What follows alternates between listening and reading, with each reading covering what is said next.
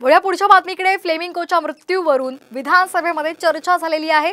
6 फ्लेमिंगोंचा मृत्यू झालेला आहे आणि त्यावर बांधकाम जबाबदार आहे का असा सवाल अजित पवारांच्या राष्ट्रवादीचे आमदार चेतन तुपे यांनी उपस्थित केला आहे। तर हार्ट अटॅकमुळे 4 फ्लेमिंगोंचा मृत्यू झाला आहे असा दावा वनमंत्री सुधीर मुनगंटीवार यांनी केलाय।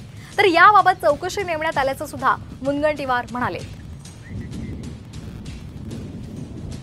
जे मृतदेह होते ते छिन्न विच्छिन्न भग्न झालेले होते, त्यामुळे त्यांच्या पोस्टमार्टम करता आलं नाही। 2 पक्षांचं झालं, पण आजूबाजूला आता बिल्डिंगी उभ्या राहत आहेत, त्यामुळे असं जिथं जिथं आहे तिथं उद्याच्या काळात अशा प्रकारचा कुठलाही अपघात होऊ नये किंवा पक्षांच्या जीवाला धोका होऊ नये यासाठी काय उपाययोजना करणार।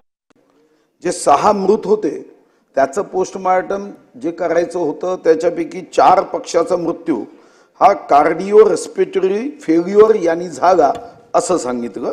2 पक्षाचा मृतदेह हा भग्नावस्थेत असल्याने निश्चित कारण समजू शकलं नाही। जे 6 जखमी होते हे उपचारादरम्यान केल्याने त्याचं पोस्टमार्टम करण्याची आवश्यकता व्यक्त करण्यात आली नाही, कारण उपचार केले होते ते जखमी होते।